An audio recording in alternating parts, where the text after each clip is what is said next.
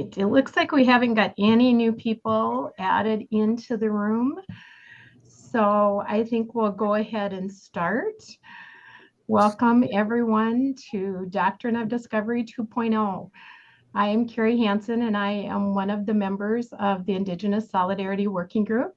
And I would like to introduce the other members of our group. Mary is from Maine. Mary, if you want to wave, and Janelle is from Canada, and she is joining us from an event today. So hello to her and her family. We're glad she could join. And then Melissa is also the other member of our group.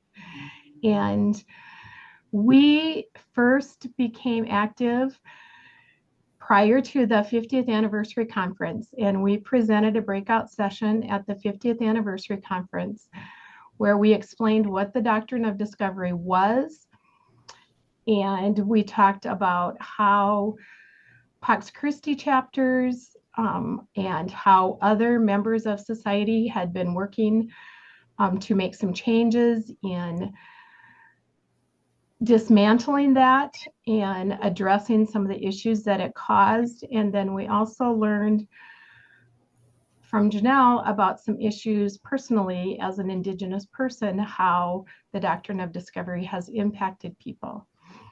So as we've worked over the last couple of years, we've continued to learn more and present information to you as Pray Study Act visions. And today, we want to expand on the information that we shared from the first Doctrine of Discovery workshop.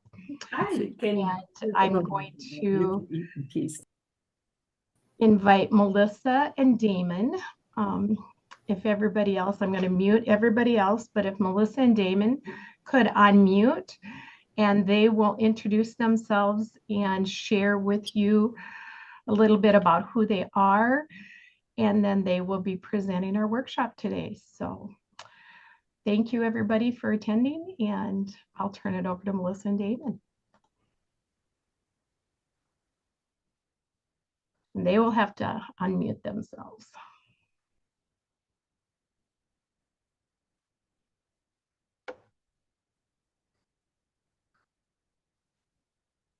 Make sure you unmute, Melissa. Okay. Good afternoon, everyone. My name is Melissa Chapman Skinner, and I'm joining you from Bismarck, North Dakota, and here with my friend, my cohort, Damon Leadercharge, and we are going to share a little bit about our history, our culture, and our traditions. We are also going to share a little bit about like our personal story and how that all ties into everything.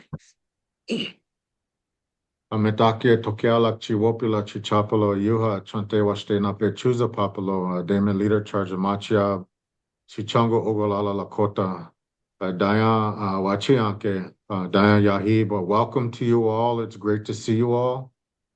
I said that they call me Damon Leadercharge. I'm Sicangu Oglala Lakota. I first and foremost said thank you as relatives, and I greeted you with a heartfelt handshake. It's truly an honor to be asked to do this work. I try to be a really good collaborator partner and say yes to everything. Little did I know we're breaking up our weekend here at the United Tribes Technical College Wachipi, or powwow, AKA. They just started grand entry about 40 minutes ago. We're kind of in our Wachipi garb, or getting ready to go over there after this. We'll have some information on that later. If you'd like to check it out, it's going on all weekend. Later this evening, 7 o'clock is your SNL or your Saturday Night Live. Grand entry is your procession of veterans that are going to bringing in various flags, staffs, and then you'll have dignitaries, royalty, and then all the dancers here present, whether they're registered to be in contests or exhibition, they'll be coming through. And there's hundreds of them this weekend. It's the last outdoor Wachipi, aka powwow, for this area. So we didn't really plan for this to happen like this, where me and Melissa would be at the same place at the same time. So we finally got to meet each other here in person. we were just reminiscing on how she came across one of my presentations, which I think is about coming up on 3 years ago. And then being called on by Carrie and her group and groups, so for that matter, to again increase awareness and education. And we do have a PowerPoint for that. Is that gonna come up now at this time? Otherwise, as you can I'll tell, share that whenever you're ready. as you can tell, I can go and go. It's better if I utilize the PowerPoint, so I can go accordingly. And I know we have moderators, so please drop a question in the chat box if you like, and Carrie and other people in the group will take care of those for us. So again, my name is Damon, Leadercharge. I'm an enrolled member or enrolled citizen of the Rosebud Sioux tribe. I'm grateful that my mother scolded me about 10, 15 years ago because paternalistically, that's where it's been ingrained that, I just talk about my enrolled side, which is my father's side. And I don't only represent my father's side, like my mother had told me, I represent her teachings as well. So Sicangu is our tribal moniker for our sub-band of the Rosebud Sioux tribe, AKA.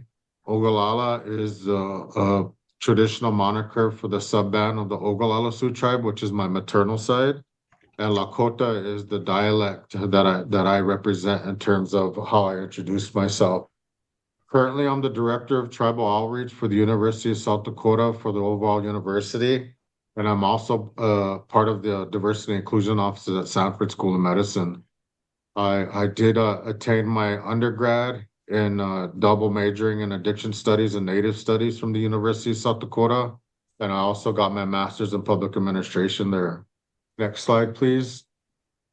I had trouble deciding which presentation I was going to utilize because what we're going to cover here in this 70 something minutes here is a very tip of the iceberg information, history and culture, the tribes, how they break down. It could be easily a respective semester at any institution, whether it's a trade school, university, or whatever, or a training for that matter. So here's a quick overview of what we're gonna be covering of the history and treaties of the Ocheti Shakoi. Again, tribes is very broad. One tribe doesn't fit all. Even just with Melissa and I's story is similar but very different. So a lot of questions, what do you like to be called? Native American, American Indian, Indigenous, Native, whatever it may be, is going to differ between Melissa and I. There's going to be similarities, but the takeaway there is one tribe doesn't fit all, and it's going to depend per tribal member on what they'd like to be called. A little bit about historical trauma, intergenerational trauma, the strength and the importance of Lakoi Choka, our traditional lifestyle lifeways, our value system, Wolakota and Wopre, which is our universal/spiritual law. And a little bit about my story.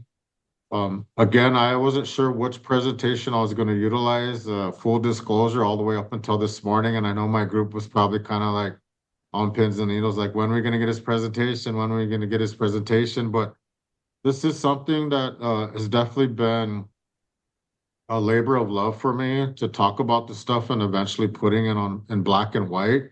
So this was born out of an ask, a really good persistent ask between a non-native colleague of mine who asked me to present for the South Dakota's community response on child abuse. And the title to this is Persevering Through Exposure to Violence, Social Determinants of Health, and historical trauma utilizing Lakota culture. And it's basically leading to maybe, possibly, well, no, I shouldn't say maybe, because it really does need to be turned into a curriculum. I've been part of a handful of curriculums, and I really think that something has to come out of this. But that's what, and that's what fits under this doctrine of discovery. That's very broad, but very important, again, in terms of breaking down the barriers of truth, in terms of what happened to tribes, to tribal members, et cetera, et cetera. Next slide, please. So I forgot, I kind of came out the blocks really fast. And we had talked about opening with a prayer, and we'll do that at this time. If you all could close your eyes and think about your ancestors. This is how we do it. It's probably partly the same for Melissa, partly different. But I had the blessings of having my great grandfathers in my lives. On the left is Paul Leadercharge. He passed away at 101. And I had his younger brother, who my father, the branch of family my father comes from, Louis Leadercharge on the right. But we're actually there at an Episcopal convocation there in Mission, South Dakota. That's my baby sister there. She's now a hairstylist, so she probably wouldn't like that picture that I'm utilizing because that's a very traumatic picture for my mother because my father got my sister's haircut without her knowing, and that's what came out of it. So not too flattering, but still a very beautiful picture with my great grandfather. So I had him in my life until I was 98. He was leadership within the Episcopal church there in our area for the Rosebud Sioux tribe or Holy Innocents there in Parmalee. So we'll open with a prayer. I'll do it accordingly. If you could close your eyes and think about your ancestors, think about your grandmothers, your grandfathers, your great grandfathers, your great grandmothers, and the path that they've led you on. It's important to remember that those are the stories that we stand on. O tunkashila wa kantanka tunkashila tate topa unchimaka wambleo yate wakao yate on poeki hahewe ki leon petu ki wopila chichapalo. Kia lakchi wo cheki on gaga on poeki hahewe ki oyate ki ka hekta naji. We chosen a yoha pictolo tunkashila. Real generically, I prayed to the four winds, what's above us, what's below us, the Eagle Nation, Grandmother Earth, the sustenance we gain. And I gave thanks to the sun and the moon and all of that it's encompassing for a good day today. I gave thanks for that. And moreover, I said that we're offering prayers together collectively towards those four directions to the universe, that all nations under the sun and the moon have good health and good wellness. Otunkashila sampa le omnichia ki wombele za washtektelo tunkashila. I also prayed for all of us and at this meeting and that some good understandings come about from it. Sampa wenukchala we chakchala wakayaja chikchikala. We chosen it woke wachi tanka wangla ke owe chakya potunkashila. Otunkashila daku washtekte che wakilo oshu on la pi oshu on la pona onkiapo. And Grandfather Creator, I pray that all that is going to be good, I pray that you have compassion and you give us assistance. And I prayed for the elderly, the true meaning of a man, the true meaning of a woman, and those precious little babies which represent our future generations. I pray that you give them protection, good health, sustenance, perseverance, and resilience. Otunkashla metakia o maza niktolo, my Grandfather Creator, I pray that I live healthy with my relatives. Ochena tonkashila, which I wake so ye, and I wake so yellow high. Ochena tonkashila, which I wake so ye, and I wake so yellow high. Hoy. Ochena tonkashila, which I wake so ye, and I Dako wakaya ospe makia pelo heya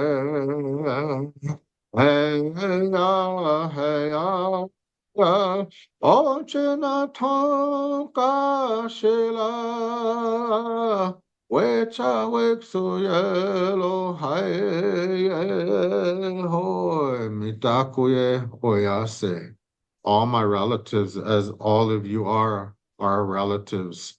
So that was just a little guided imagery exercise that I wanted to do with you all through our opening prayers. And it's really relative to this this PowerPoint slide that I have up at this point. So that was one of the first songs that I learned from Lekshi John around him from the Oglala Sioux tribe, who's no longer with us.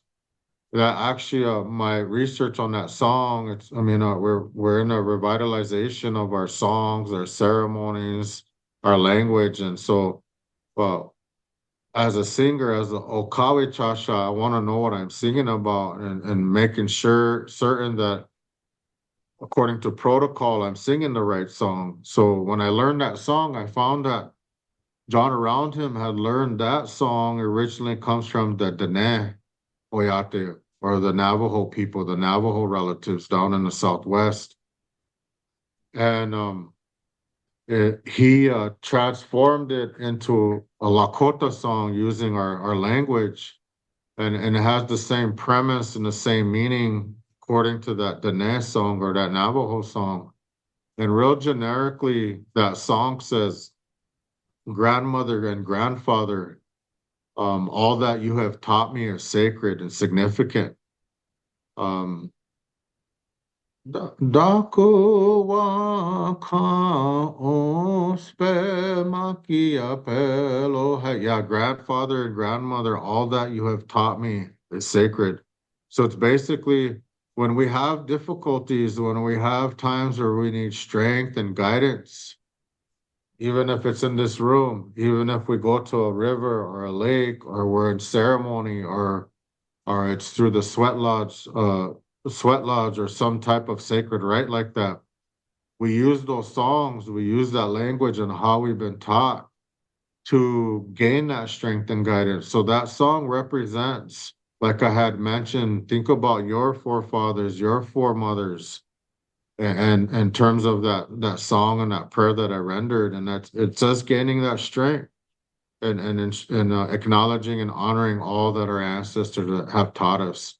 So Ochi na Tunkashila Wicha Wiksuye, that means I remember, we memorialize you, our grandmothers and our grandfathers. All that you have taught me is sacred, and I send our sacred voices out accordingly. So just wanted to share that, and I'll be doing that another time or two, depending on what we have, just to get that understanding of what Wochekie means to us, or Lakoi Chokan. Wochekie would be the closest word we have to prayer. That's the value of prayer. Lakoi Chokan, we don't have a word for religion. Lakoi Chokan might relate to that in terms of a traditional life way, our traditional lifestyle. Next slide, please. So I'm a graduate of the University of South Dakota Coyote Nation. That's my great-grandfather on my mother's side. That's my mother holding me in 1976. So my roots go very deep there to University of South Dakota. Now that I work for them, this is like my fourth time back. I think we know why I can't leave that place, because I was born there. My roots go there pretty deep. So I'm a second generation Coyote for the University of South Dakota. That's my mother's undergrad. She eventually got her undergrad in 76, was thrown into an accelerated master's program. So in 77, got her master's in guidance counseling. That's us at the Native American Alumni Dinner there at the University of South Dakota. My two out of my five other siblings have gained their degrees from the University of South Dakota as well. My sister Lila got her MSW from the University of South Dakota, and my brother got his undergrad and grad as well. Next slide, please. This is my monster baby. This is Damon Jr. He doesn't know it, but he'll be the third generation USD Coyote. He's only 5 now. That second to the left picture needs to be updated. That was his first time I ever saw him sitting in some kind of desk with the book, was at his first daycare. So he represents Wichoi Chage Zapta, 5 generations from my great grandfathers to my Unchi there, Vera, that's standing next to my Ina, or my mother in her grad cap and her grad gown, and then me, my mother holding me, and then my son. Next slide, please. For all of us, especially people of color, education is their social equalizer.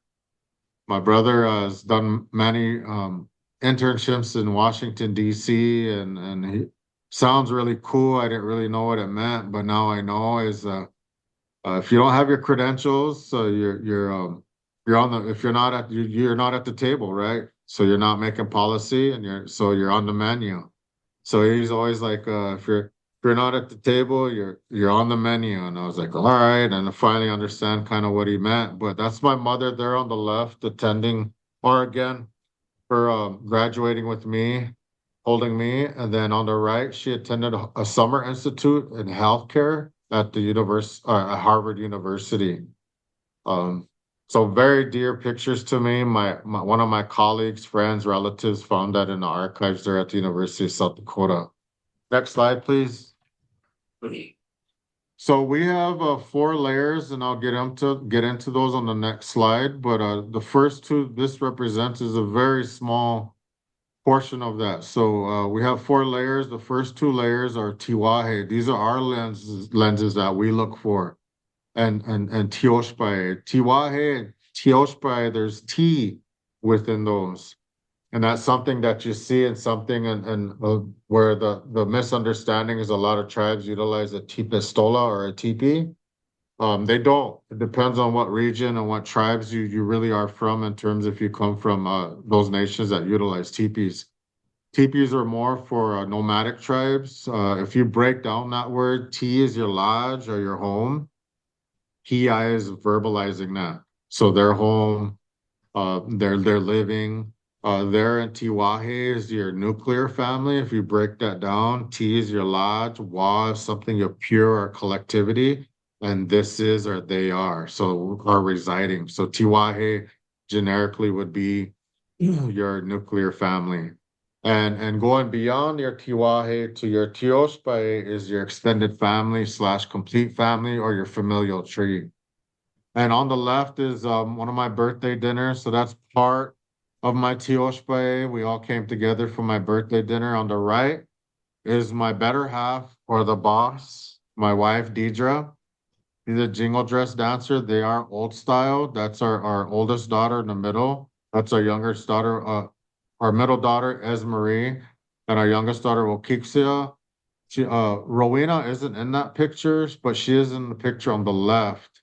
However, her daughter or her son wasn't born yet, so I really need to update these pictures.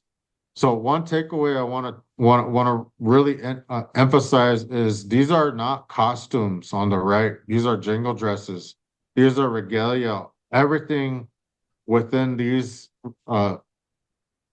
outfits, these regalia are sacred objects, and for the most part, they made all of their regalia. There are some pieces like the belts they bought from someone who specializes in making those belts. So that's a medicine dress, a medicine dance. Those come from the Ojibwe relatives of Minnesota, Canada, and that region. So there are old style jingle dress dancers and there are contemporary jingle dress dancers. So again, we're coming upon that really special time of Halloween. Sadly, we still have headdresses that are utilized for costumes, and sometimes there's that misunderstanding that these are costumes as well. So that link that we're going to share with you in terms of the Wachipi or the powwow that we're attending this weekend, you'll see different styles and different regalia depending on what category and style that they're dancing. Next slide, please.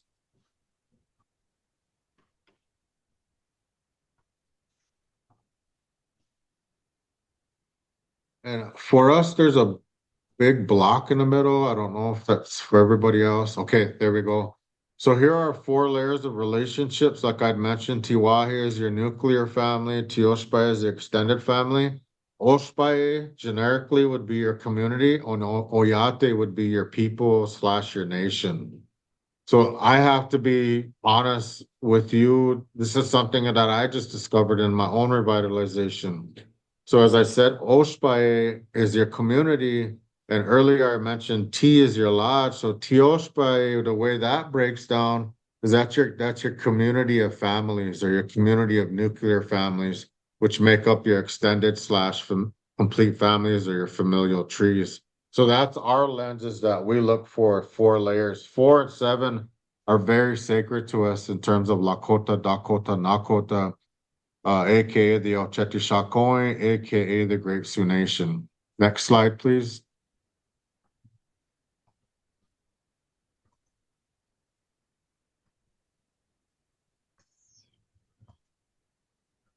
This is a question for everybody. If you want to drop it in a chat or just kind of think to yourself and shout it out.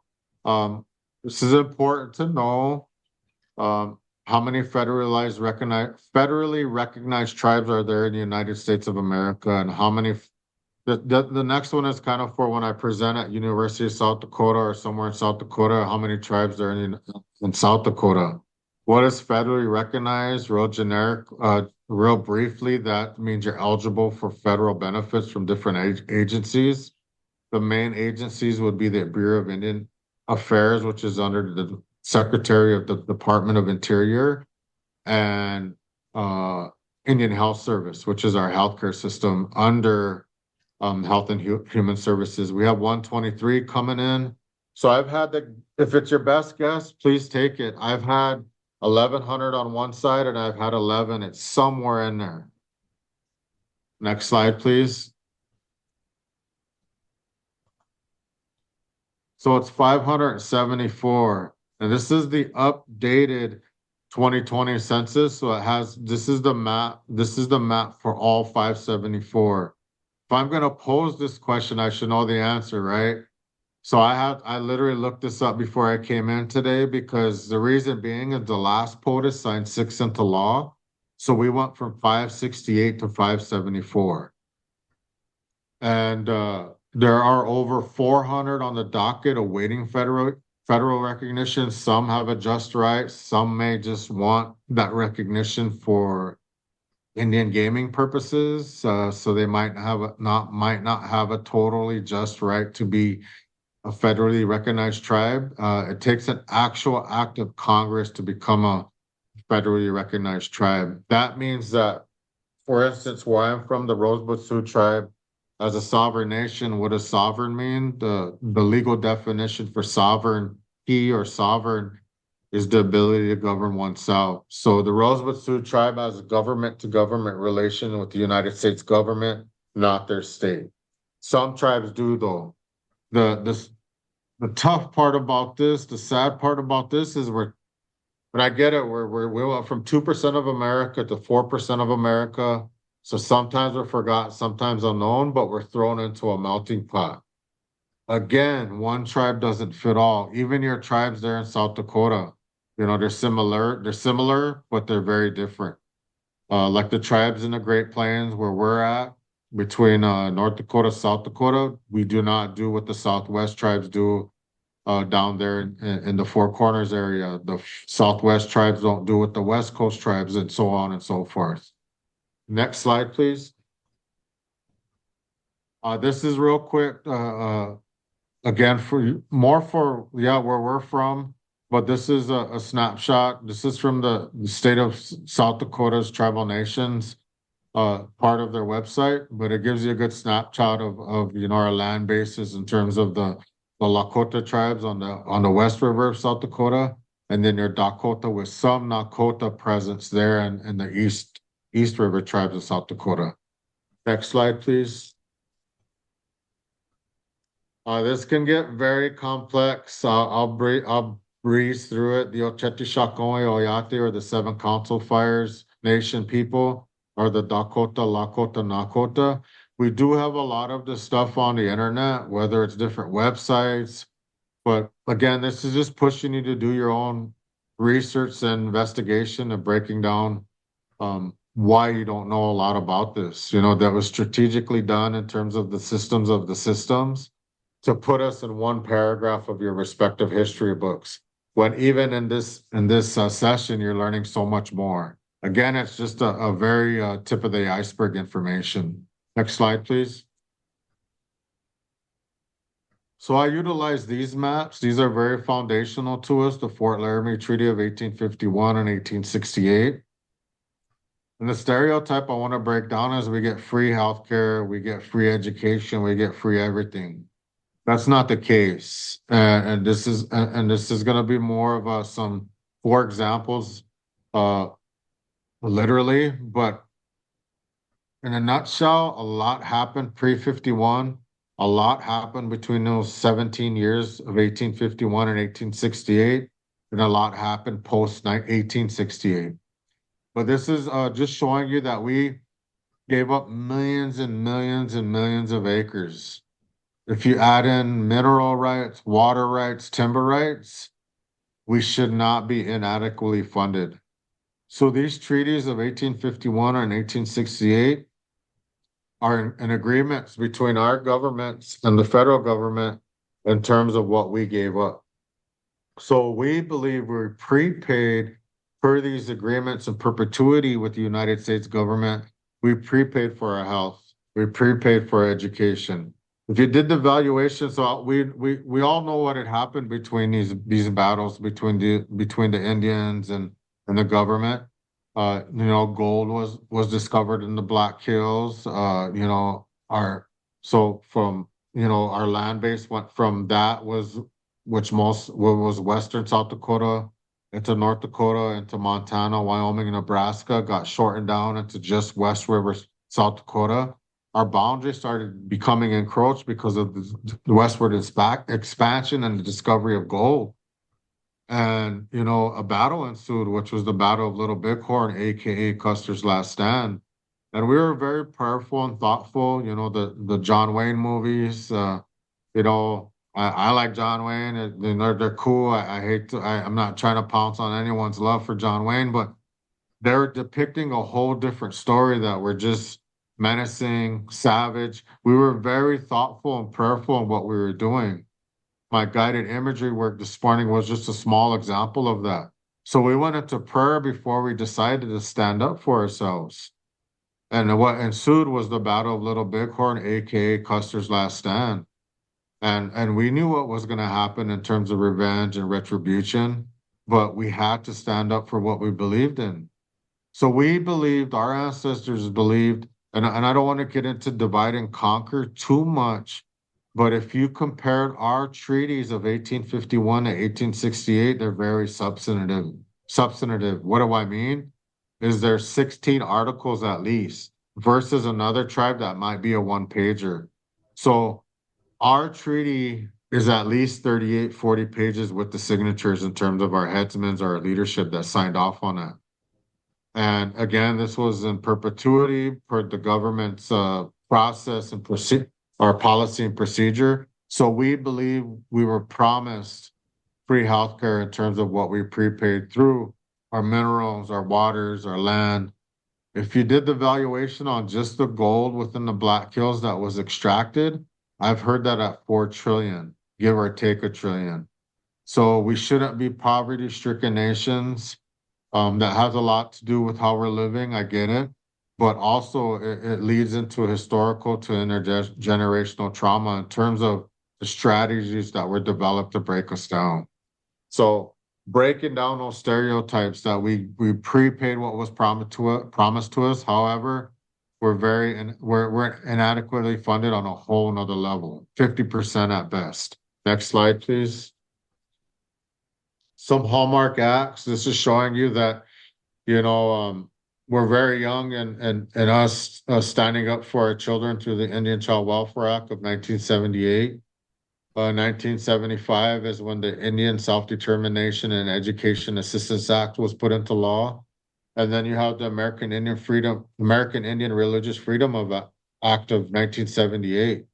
So 78, that's 22 plus 24. We're only 48 years young in being able to speak our language like I did earlier, sing our songs like I did earlier, or even talk about our sacred rights. Next slide, please. These are some old numbers, but they're still relevant, 60% higher in tuberculosis rates, alcoholism, diabetes. How do we change this? A lot of what you're learning here, our own people don't want to learn or care to learn. I hate to say it, but that's what we're dealing with. Some of our relatives are just trying to make it next meal to next meal. They're just trying to survive. So it's important to understand that. Next slide, please. Here again, this is the Director Driving Hawk, who's no longer the director of this region for Indian Health Service, the Great Plains region, which is North Dakota, South Dakota, Nebraska, and Iowa. We'll talk about, he's on record talking to different tribal administrations that he's working on a 52 cent per dollar budget, basically saying he's funded at 52%. And that's a almost a spot on snapshot there in terms of 2020. What the IHS website was saying, what per capita expenditures were compared to the national average. Next slide, please.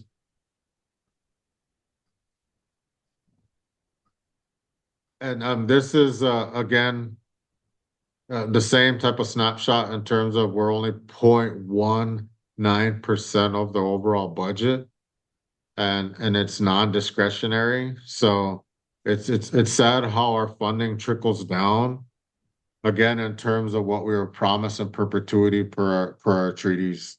Next slide, please. This is a critical. I saw this in one of my colleagues' presentations, and I had to use it. Was, why are we dealing with such health disparities? Why are we dealing with such social determinants of health? And we have a lot to unwind from, like what this is about in terms of the doctrine of discovery. Columbus bumped into us. He thought we were the Indias, but this continent was already inhabited, and he felt, through the doctrine of discovery, manifest destiny, he was on a mission. But a lot has happened in terms of then to now. And what really sticks out to me in this slide is quality, stable, safe, and access. So these are very important pillars to the social determinants of health. I could say I have all 5 of those there in Vermilion, working at the University of South Dakota. But there are times throughout my life where I maybe had only 1 of 5 or 2 of 5. And if these are pillars, if you take 1 away, if you take 2 away, if you take all away, that really shows you how that lessens in terms of your social determinants of health. Quality, stable, safe, and access. Access to good schools, access to preventative services, and so on and so forth. So a lot of real building we have to do in terms of ourselves as tribes and tribal nations. Next slide, please. So I helped develop a curricula. The Mass General and Harvard have a partnership with Rosebud Sioux tribe through the Indian Health Service there at the hospital there in Rosebud. And there's so much information. And they were like, can you pin down 2 reasons of why you're dealing with such health disparities and social determinants of health? I was like, wow, it's as you're finding out now, there's a lot of factors, it's very nuanced, it's a storied history, et cetera, et cetera. I said, I'm gonna need about a week to really think and pray on it. And the 2 I came down with are the decimation of a way of life in terms of the relationship we had with the bison. So what we're finding through our own research as MDs, native MDs, PhDs, and JDs is academics were utilized to develop strategies to break us down. And one that they realized right away was our strong relationship with the bison. So once we took out a bison for our sustenance, it was very ceremonial. I know Dances with Wolves and other artwork will depict, and other TV shows or movies would depict a buffalo hunt, a buffalo jump, and I'm sure those happen. But if you do the research on it, it was very ceremonial. Even the way our beef's taken out today, they think they're putting their head into a hole to eat, but they're slaughtered, and the reason being is because we don't want adrenaline in their blood. If they know they're going to die, they'll act accordingly. So these buffalo hunts, what I found, were very ceremonial because we had such a strong relationship. They would pull themselves away from the herd in order to be shot or killed to feed the people. And we had such a strong relationship that we didn't waste that buffalo. We utilized parts of it as much as we could. The bones for tools, the hides for covers, for teepee coverings, for jackets, for blankets. We utilized the stomach for containers. And so this, to me, the historical trauma started in the 1500s in terms of the slaughtering of the bison. Again, it was the systems of the systems being very strategic and breaking us down. Next slide, please. The second would be the boarding school era. And again, the initial strategy was to, take away the bison from us. In terms of that, we were very strategic and thoughtful and prayerful in how we took out a bison, a deer, and elk. Nowadays, me and Melissa could just drive through a McDonald's drive-through, and so we're very different from the people we used to be. And so, in terms of affecting our future generations, was the boarding school era, and that was a partnership between the government and the churches that were located throughout the United States. And this is actual documented from General Richard Henry Pratt that basically killed the Indian, saved the man. On the left are children in handcuffs. I can't imagine my Damon Jr. being dragged out of my house and taken away in those cuffs. I'm sure you don't want to imagine that. I'm sure it's something that we can't imagine, don't want to imagine. One thing I have to mention, though, it wasn't horrific and horrible for everybody. My mother is a product of the boarding school era. Obviously, she was protected. She went to the Springfield Academy for Girls in Springfield, South Dakota. Eventually, through church relatives or through friends through the Episcopal Church, she went up and lived with a family in Belcourt, North Dakota, and graduated from up there. Was on a mission to gain her education. Her grandfather, my great grandfather, who you saw in her graduation picture, told her in the language to go get the white man's education. Again, it's our social equalizer. So we have a lot to still unravel from the historical trauma of the bison movement being decimated to the 72 era of the boarding school era, breaking intergenerational trauma. That's what Melissa and I represent, is breaking those cycles. I grew up poor. I didn't know it because my mother reared us accordingly. However, my father, wasn't going to live that way of life. And she eventually, because of domestic violence, divorced him. And I was her advocate. I experienced things that my younger siblings didn't. But the way I was raised from my elders, from my grandmothers, my aunties, I knew that's not how you're supposed to treat women. So I easily could have became a statistic, but I was raised by a lot of strong, beautiful women, native and non-native alike, and I knew that that's not how you're supposed to treat a woman. So we're all about breaking cycles. I'm now 20 plus years close, clean and sober. I went way off my path because of different choices, but I'm glad to be led back to the original path that my mother set us on.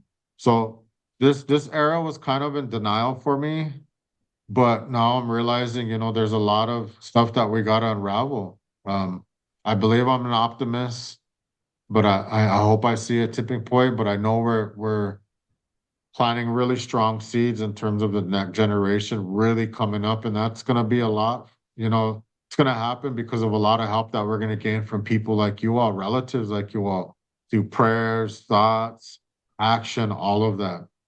It's again, the systems of the system strategically breaking us down. The attempt of cultural genocide is very real. A lot of homage and a lot of thanks to those relatives that stood up and kept it alive for us. For 100 years, they had to go underground with our language, our songs, and our ceremonies. Can you imagine the way you believe, you pray, it being illegal for you all to live that way for 100 years? You don't want to imagine that. You can't imagine. Next slide, please. So this is a pretty cool, this is my own personal continuum. To me, there's two layers. One layer is Christian, the other side is traditional. Another layer is contemporary and traditional. And this is where I've moved throughout my life. As you can see, 18 to 29, I'm nowhere on there, right? And I talked about me going way off my path. I was nowhere on that because I was living a life of drugs and alcohol. I was part of the problem for my people, for others. So I know I talk a lot about the good, but I have to admit, I was part of the ugly and the bad as well. I made wrong decisions. Um, and I'm glad that I was able to turn that over through a legal intervention. I always wanted to be on TV, but not for a high-speed chase. But that's where I got my chance to reconnect with my mother and live the life that she raised us. So 0 to 18, I'm heavily influenced, not only by a traditional way of life, but as I said, I was raised in the Episcopal church. At that time, I remember when our churches were full and vibrant. So another thing in terms of this personal continuum, Melissa would be very different on this continuum. So it would be we we would not want to assume that every native that you meet is something like my continuum because they're not. Uh, you got to remember that for 100 years it was illegal for us to pray the way our ancestors did. So there are families that went way to Christian contemporary. This is our new way of life. They might have been first language speakers, so they succumbed to those strategies of the boarding school era. Like, all right, we're praying people, but we still want to pray. So a lot of them went to Christianity. And that's with all due respect. So I grew up, remember hearing Lakota and Dakota hymns. We have Lakota and Dakota hymns. So it was our chance for our ancestors to still be able to speak the language through the hymnal books. And there are Bibles that are translated into Lakota and Dakota. So I remember that at a young age, like I said, my great grandfather was a leader within the Holy Innocents Episcopal Church there in Parmley, South Dakota, which is one of our 20 communities in Rosebud. My mother's side was Episcopalian as well. Some are still living a traditional life. That's why I can't say I'm all the way to the left because there was still traditional customs and teachings that were being upheld. I also got to tell a funny story about developing this is when so I had this on a very basic drawn up continuum, and then I had a student at USC like, hey, you can develop one of these, and she showed me, and it just took me like 2-3 hours to develop.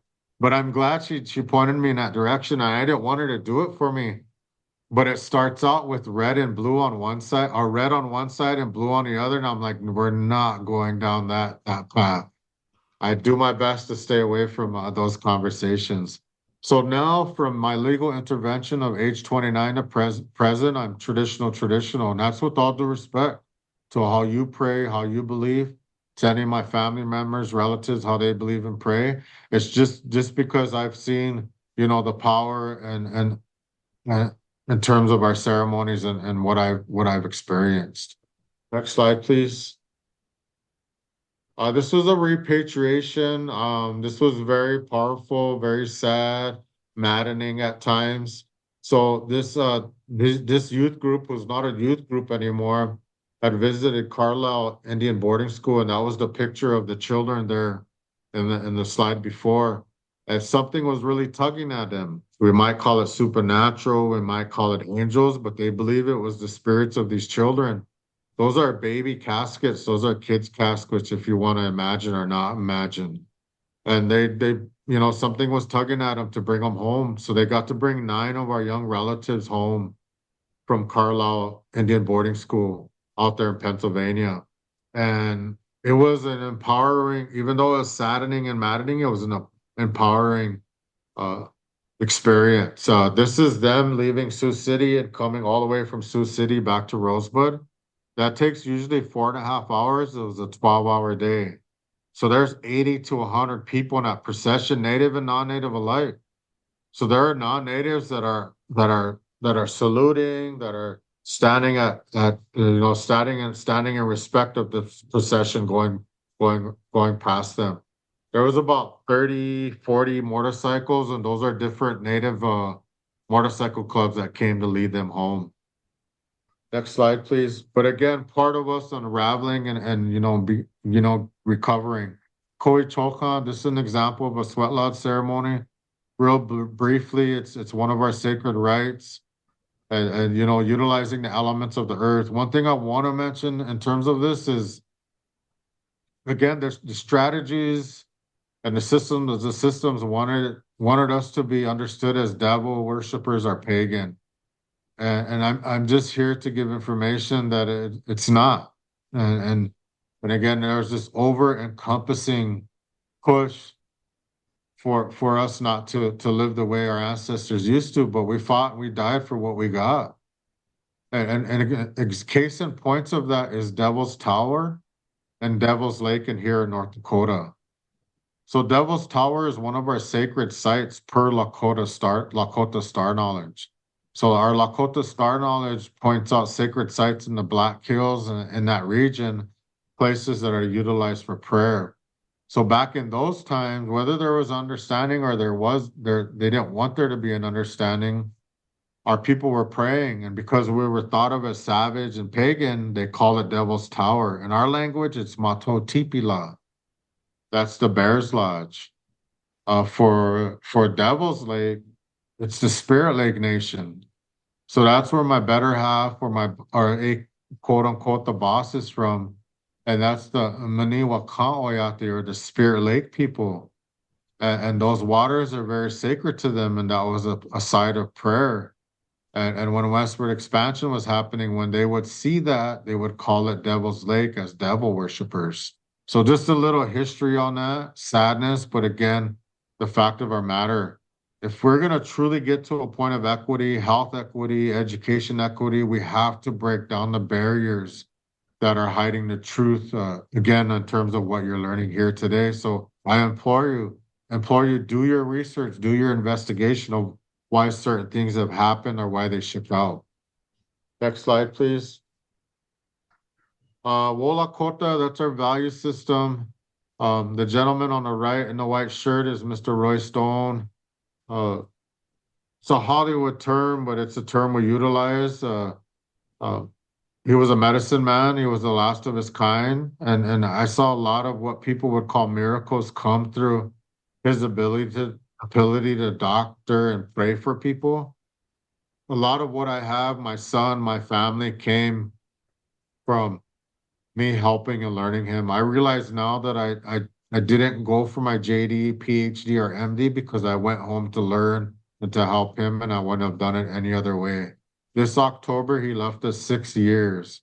So he's dearly missed, but we have a lot of teachings to carry on, and this is an example of that. Next slide, please.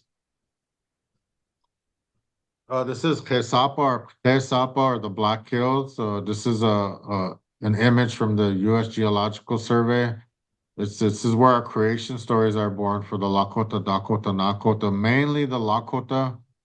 But again, our Lakota star knowledge points out various sacred sites for us. The Black Elk's Peak, aka Harney Peak, Peshla, aka it translates into the bald spot. Bear Butte, Devil's Tower, or Mato Tipila. Sacred sites for us to pray that we do per different solstices. Next slide, please.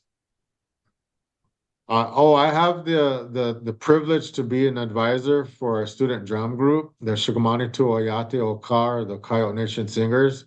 Nick Kennedy has graduated last year, but he'll be coming to law school there at USD. He's Blackfeet. He's done a lot of great work personally and professionally. He initiated this drum group. I'm very honored to be able to carry that and be an advisor for that group. Next slide, please.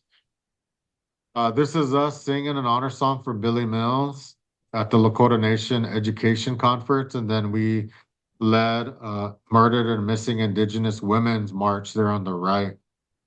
So we get called on quite a bit. We started organically with no one really knew any songs. There's probably 5 to 7 students with about another 4 to 5 staff and faculty that are part of that drum group. Next slide, please.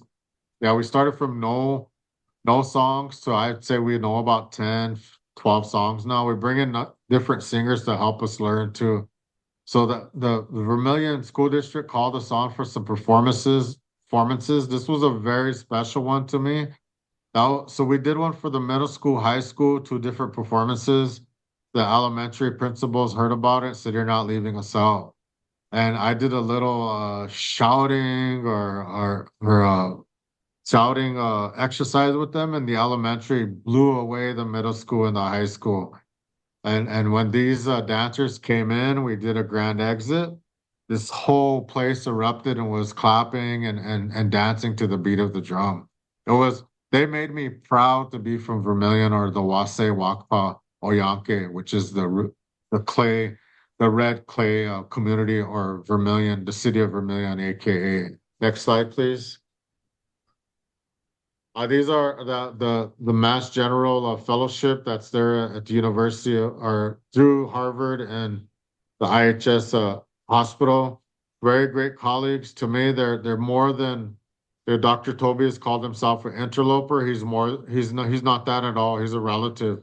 They're definitely coming to increase the quality of healthcare for our people. Next slide, please. Here's some takeaways. Again, I talked about it. One tribe doesn't fit all. Our treaties are foundational. Do your due diligence in what I've presented. This is what I've developed personally and professionally throughout my life. So check me on some of the stuff I'm saying. It's gonna increase your own personal awareness and education. Next slide, please. Here's some other stuff that you can look up. The Snyder Act of 1921, very historical stuff. And then some other resources that you can check out. Next slide, please.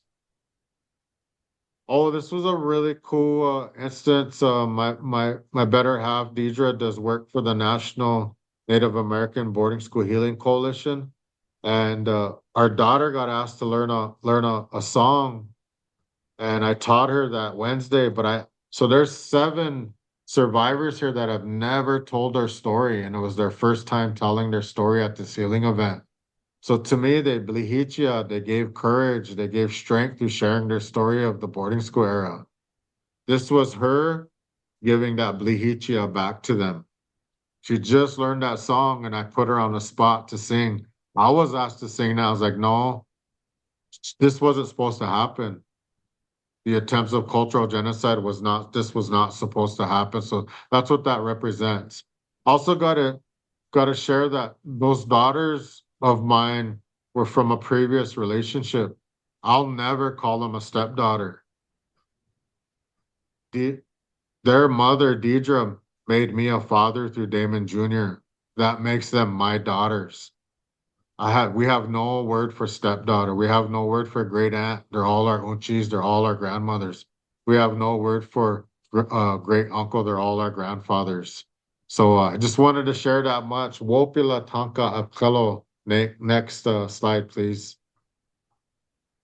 Thank you. I really took up quite a bit of time, but I do want to leave time for Melissa. If you got Q&A, please drop them in the chats. Thank you. Thank you. Wow. Amazing. So as Damon shared earlier, we have known each other for about 3 years. I've actually known his family since I was in junior high, I believe, attending one of our Episcopal church. It's a convention. Convocation. Convocation. But that's where I met his sisters, and then later I went to it's called Indians into Medicine, and I met another one of his sisters and his brother. And so we've known each other for many years, but working with each other the last 3 years. So, and I'm always so like blown away and just like, with all the great information that he shares. So I just quickly want to share that, as Damon shared, like the history and how it affects us now, as we're generations in, what that looks like. And I admire Damon and his family for everything that they do to, we're going back to the culture, going back to those traditions. One of it is speaking our language, our Lakota language. So I said this earlier when we started that my name is Melissa Chapman Skinner, and I do not have an Indian name. When I was born, I was not given that name because that was not a part of like our way of life. Even though it was a part of like my mother's and my grandfather's or my grandparents. But we're going back to that. So eventually, like we will get there. In turn, I decided, okay, well, my daughter, so I should share.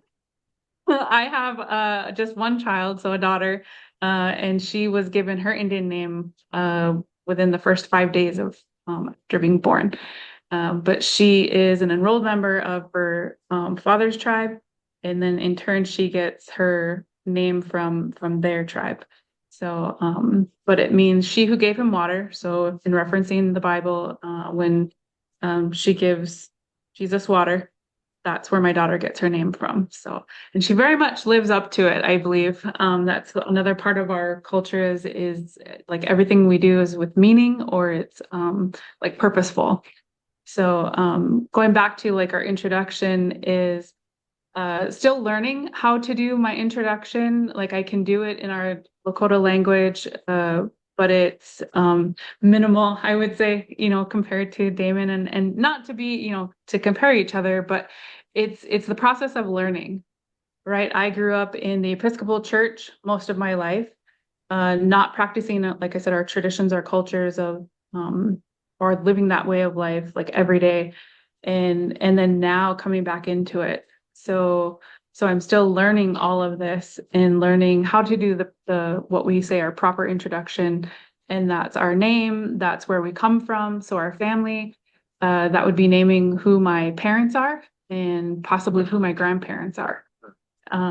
So I just want to share a little bit about that and then to say I really appreciate you all giving us this time and space, and especially for Damon. I felt like it was really important for him to share as much as he did, and if not more, in the future. So I will leave it at that for now. And if anybody has any questions.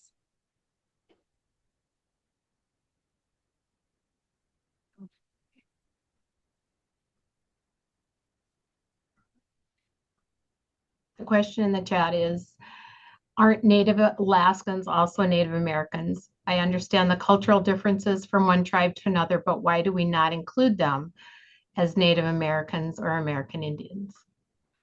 Great question. I probably should have added that in this presentation. In another presentation, I used Dr. Don Warren, and I mentioned he's on one of the reference pages. He's Oglala Lakota.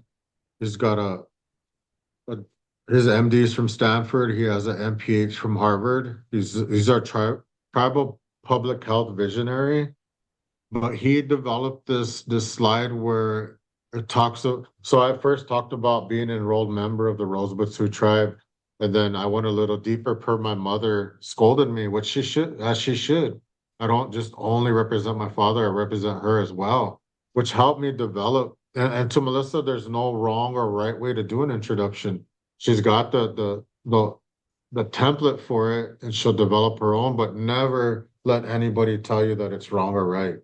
That's how I developed mine. And I listened to elders on how they did their introductions. But to that question, we have so we're called a lot of different things, as you could tell through my presentation. I had a friend come from New York who visited Rosebud, and I'm using traditional monikers, treaty terms. And she said, "You said there's 9 tribes. It sounds like there's 40." Just because I'm going for American Indian, Native, Indigenous, Native American, Sicangu, Oglala. So with that question, it's American Indian and Alaska Natives. That's our political status. And we're one of very only few that have such a status. And then so in that slide, it shows how we have so many different lenses that we look through, and one of the main ones is American Indian and Alaska Natives, and that could get become a slippery slope because over 50% of those 574 are those tribes or communities in Alaska. And you know that those yeah, I'll just leave it at that. But yeah, they are have different cultural significance, different you know, there's similarities, but are more differences. I just like to stay more specific in terms of our foundation that we sit on with the treaties there for the Ocheti Shakoi or the Lakota Dakota, aka the Great Sioux Nation. But to your question, it is the political status in terms of the American Indian and Alaska Native. So if we were doing an application, that's what we would check. And there's another one for Native Hawaiians and something else. So we used to be all bunched together, but because of different policy and law, it's been broken up. And for those 574, it's American Indian and Alaska Natives, which is, you know, which is why it is such. And I think there was another question about President Lincoln I saw go by. So it's sad, but it is the truth. You know, I want to say it's the same day that President Lincoln signed legislation to free the slaves. He signed legislation to hang the Dakota 38 plus two. So it's a very sad time in our history in terms of what had happened per the Minnesota uprising of 1862. So and that's more the Dakotas. What I speak primarily on is about the Lakotas. We're still sister tribes. You know, that can turn into a discussion to debate too, whether we're patriarchal or matriarchal. From my research, you know, all of our headsmen, AKA our chiefs, we don't even use that word, but it's ironic that we use it. Ironically, we use it, but it's not even a word in terms of chief. We have two words for leadership, Nacha and Itancha, and those are earned positions. And basically all you really did, you had experience and expertise in feeding and protecting your people. So it's very different in terms of the governance system that was jammed down our throat per the Indian Reorganization Act of 1934. A lot of what I speak is from policy that was enacted within our U.S. history. Thank you, Damon. I think we're getting close to the end of our time, and I'm not sure what the breakout room is going to do. We may be automatically joined back to the big room, but I do want to, first of all, tell you if there are any questions that you have or that you think of in the next day or two, if you would email Daniel, Pax Christi staff member Daniel Francis, and he will bring those to the Indigenous Solidarity Working Group so that we can answer those questions and get them back to you. And I also, we wanted to close with one more thought. And then if we're still in the group and there's opportunity for questions, we can do that. But first of all, I want to thank Melissa and Damon, who are the primary presenters today, and the Indigenous Solidarity Working Group is very grateful of your willingness to take time out of your weekend of celebration with your family members and relatives to help us at this time, and we really appreciate what you have done. But our group wanted to close with a reading for you today, and it was written primarily as a challenge to Indigenous youth, but we also see it as a challenge to all of us as people of faith and Pax Christi members of what we need to think about and go forward and do. So I'm going to read this to you.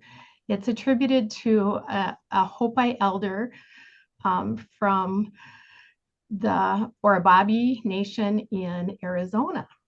And he says, "You have been telling the people that this is the 11th hour.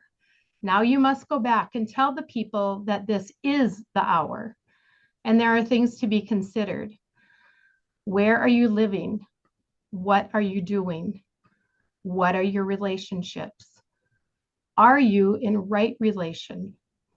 Where is your water? Know your garden. It is time to speak your truth. Create your community. Be good to each other. And do not look outside yourself for the leader. Then he clasped his hands together, smiled, and said, "This could be a good time. There is a river flowing now very fast.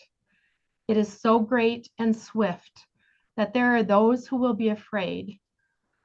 They will try to hold on to the shore. They will fear they are torn apart and will suffer greatly. No, the river has its destination. The elders say we must let go of the shore, push off into the middle of the river, keep our eyes open and our heads above water. And I say, see who is there with you and celebrate. At this time in history, we are to take nothing personally, least of all ourselves. For the moment that we do, our spiritual growth and journey comes to a halt. The time for the lone wolf is over. Gather yourselves. Banish the word struggle from your attitude and your vocabulary. All that we do now must be done in a sacred manner and in celebration. We are the ones we've been waiting for. So we all have a role to play. We've all been waiting for ourselves. So go forth, work to dismantle the doctrine of discovery, discover right relationships within the Indigenous people in your lives, get to know their stories, get to know the history and the part that we have played, purposefully or unpurposefully, but we have work to do. And this is a group that can get it done. So thank you, everyone.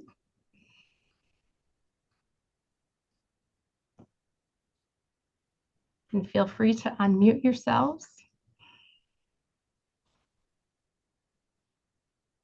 And I think we'll stop the recording now. And if